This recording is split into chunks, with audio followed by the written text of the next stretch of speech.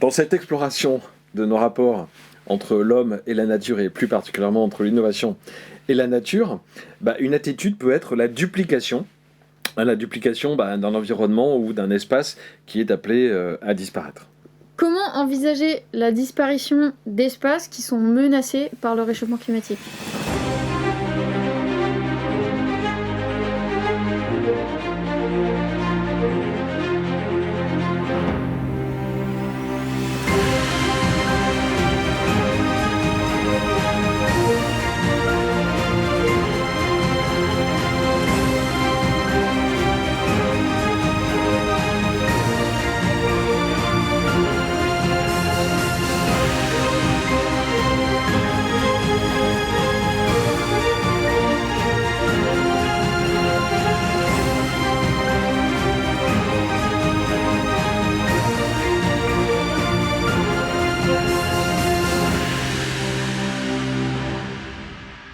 En fait, on parle beaucoup, tu vois, dans l'industrie de jumeaux numériques, en architecture aussi, des doubles numériques des voitures, des immeubles, etc. Donc ça, c'est très pratique.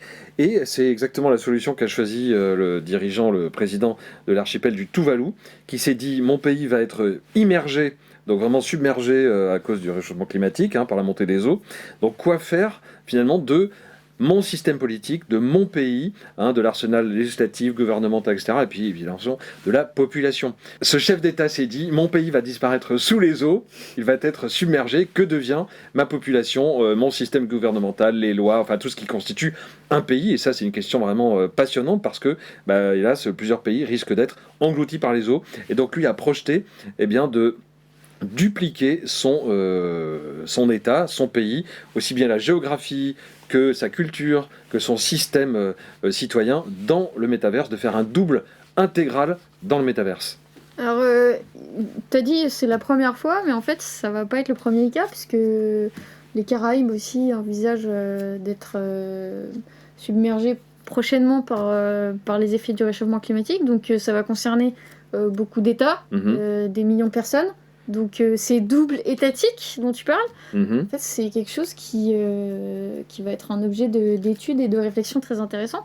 On en voit aussi une forme d'anticipation aussi dans ce qu'on appelle les network states, je crois. Enfin, il me semble que ça ressemble.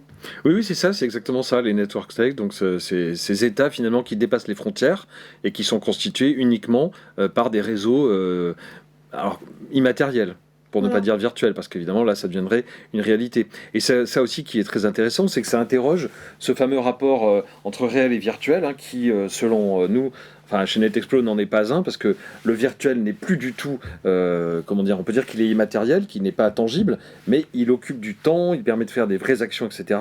Donc pour le pire et le meilleur d'ailleurs, mais je ne sais pas si tu es d'accord avec ça, mais l'opposition virtuelle et réelle est complètement obsolète, et en tout cas inopérable.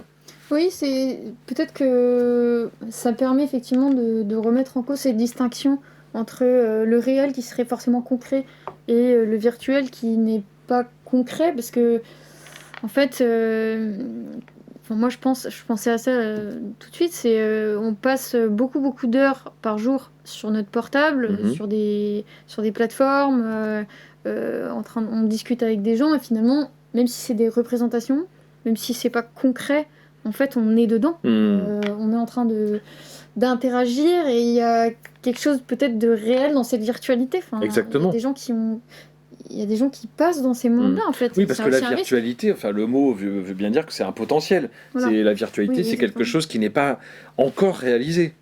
Or là, on n'est pas du tout dans ce système-là. Oui. Donc on est dans l'immatériel, dans le non-tangible, dans l'intangible, mais pas du tout dans ce système-là. Et d'ailleurs, en t'écoutant, je me pose une autre question. Donc là, on parlait du Tuvalu, mais n'importe quelle île qui serait submergée a son double dans le métaverse. Donc on parle du métaverse alors que c'est une notion un peu en train de passer, mais dans son double numérique, disons dans son jumeau numérique.